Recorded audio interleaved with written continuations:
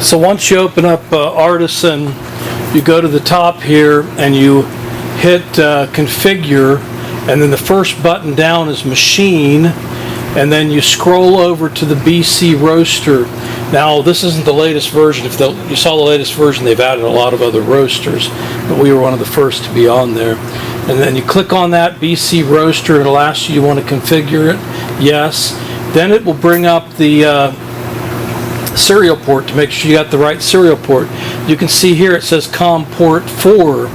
Well, on a Mac, which is, in my opinion, far superior than Windows, you should be able to click that drop down menu and it will show you the actual driver that you installed, which is the CP2102 bridge controller. And that's the one you want to click on, and then click OK. Now you know it's connected to the roaster. Now the roaster has to be on for it to notice it. So we just turn on the roaster. So now we're going to turn on Artisan. And when we turn on Artisan, you should see over here matching temperatures. I don't know how well you can see that on the video, but it's between 104.4 on the ET and 99.9 on the BT, and you can see it's registered just right on that. So we know we have that properly set up.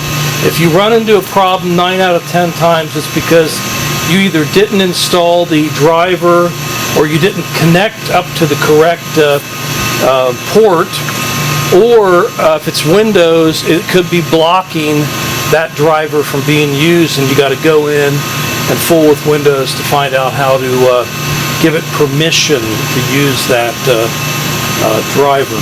But anyway, we're going to do a roast now with the BC5. I've actually got 5.5 pounds of coffee, Timor coffee, and we're going to do a roast with that. We're also going to do run our Clear Sky smoke suppression system, so join in.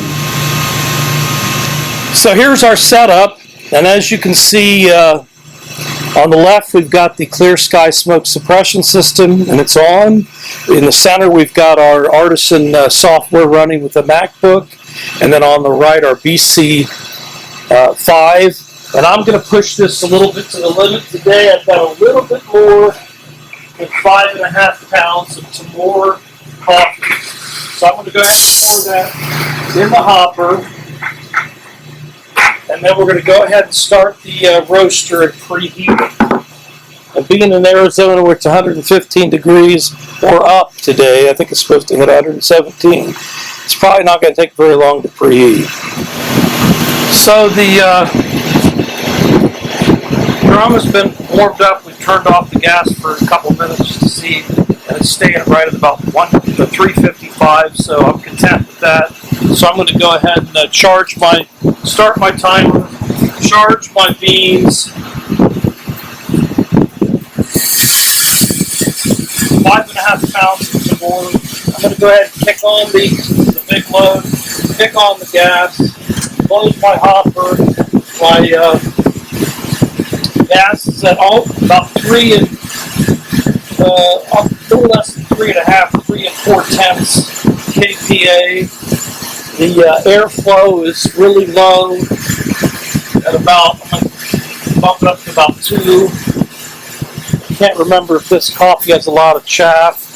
And I forgot to start my Artisan. I'm trying to do too many things at once here. So it's not going to be totally accurate. But my drum speed is set at right at 7, which is about where I normally set that.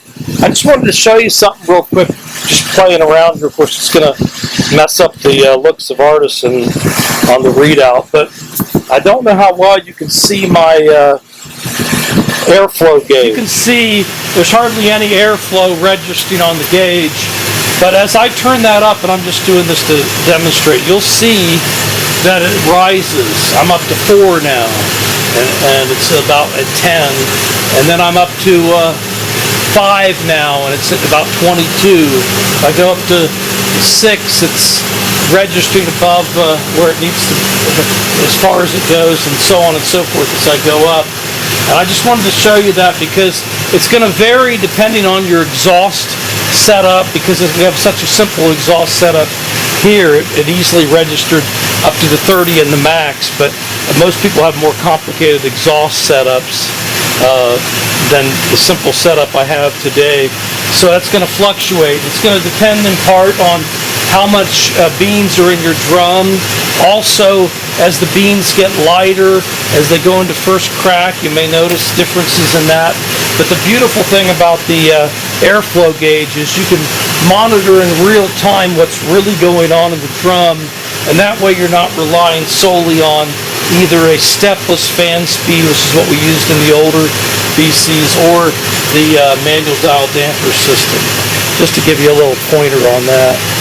If you've watched any of our videos in the past, you'll know that we generally try to do somewhere between a 4 and a 7 minute drying time based on the size of the roaster, the size of the roast.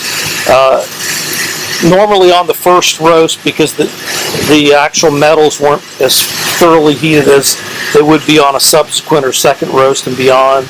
It will take a little longer than that, but that's our general range, 5 to 7 minutes on the drying time, which is taking the temperature from the turnaround up to, or from the time it's been charged up to 330 degrees, and then you start your mallard or browning phase, which goes from about 330 to first crack.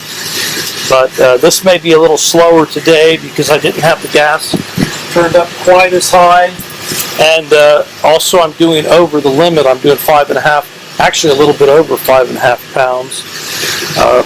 But you may want to kick up the airflow a little bit, which will help get that rate of rise going as well. And as you can see on the ET, it's substantially higher than it is on the BT.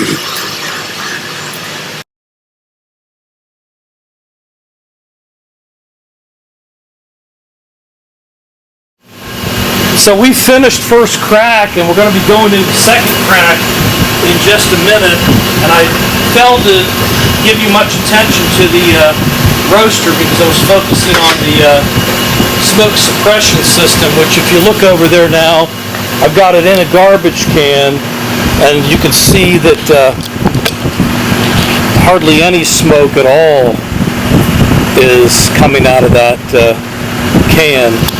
The problem I'm running into right now is my camera is overheating, so I'm hoping that I'll be able to finish this video. So I'm ready to start my cooling. I'm turning that on, turning that off. I'm going to go ahead and charge it into the cooling tray, and we took that up to about 440 degrees. Get you a close-up of that. So there's the looks of the beans as they cool off. That was 5.5 pounds. We did that in a little over, I think it was about 10.5, 11 minutes, but that was the first roast, so we actually on a subsequent roast could probably take it a little faster, but that's still a nice average roast time, especially for 5.5 pounds.